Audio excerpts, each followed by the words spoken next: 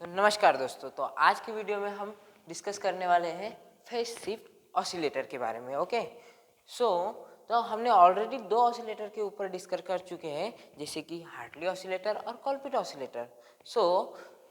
Phase shift oscillator फिर क्यों हम डिस्कस करने वाले हैं और क्यों फेज शिफ्ट ऑसिलेटर को हम इतना यूज़ करते हैं। तो सुन मेरे भाई, क्योंकि जब हम हार्टली ऑसिलेटर और कोलपिट ऑसिलेटर का यूज़ किया है तो उसमें कुछ ड्रॉबैक्स हमें मिले हैं। जैसे कि फर्स्ट ड्रॉबैक्स मतलब क्या हुआ, जो फ्रीक्वेंसी होती है वो इनस्टेबल मिलती है।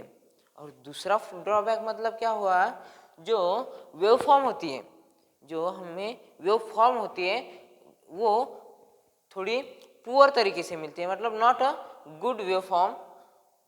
ओके और जो इंडक्टर यूज़ करते हैं हम, वो इंडक्टर थोड़ा कॉस्टली जाता है, तो हमें वो ऑसिलेटर एक्सपेंसिव गिरता है।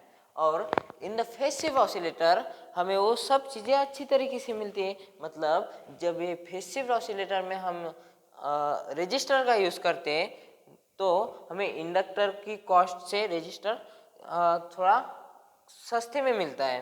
तो इस वजह से हमें यह ऑसिलेटर सस्ते में मिलता है। और जो वेव फॉर्म होती है, वेव फॉर्म भी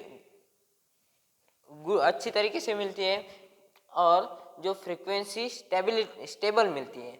ओके इसलिए हम फेज शिफ्ट ऑसिलेटर का यूज़ करते हैं। तो फेज शिफ्ट ऑसिलेटर में क्या है, हमने इंडक्टर की जगह पे रजिस्टर यूज़ किया है और फेज बनाई है। तो यहाँ पे हमें तीन फेज बनाई है, जैसे C1 R1 C2 R2 C3 R3, ऐसी तीन फेज हमने बनाई है। ओके यहाँ से जब वोल्टेज हमें हमारा सप्लाई होगा, तो वैसे तो हमने इसे दो पार्ट में डिवाइड किया है, दो स्टेजेस में। तो first stage is amplifier stage, मतलब ये जो है यहाँ से इधर की ये स्टेज क्या है, एम्पलीफायर स्टेज। और ये इधर की जो स्टेज है, इधर की स्टेज है फीडबैक स्टेज। ओके तो अब हमें क्या करना है, जब यहाँ से इसका वर्किंग देखते हैं। जब यहाँ से वोल्टेज सप्लाई होता है तो बेस बायस पे हमें 180 डिग्री की फेज मिलती है, ठीक है। और ये जो एक फेज है C1 R1, तो C1 R1 कितने की, 60 डिग्री की फेज मिलती है। तो ऐसी हमारे पास कितनी फेज है, एक, ये दो और ये तीन। C1 R1 plus C2 R2 plus C3 R3, मतलब हमें कितनी डिग्री मिलेगी, 3 इंटू C1 CN RN, ऐसे हम कर देते हैं। ओके तो हमें यहाँ पे 180 डिग्री की फेज मिलेगी।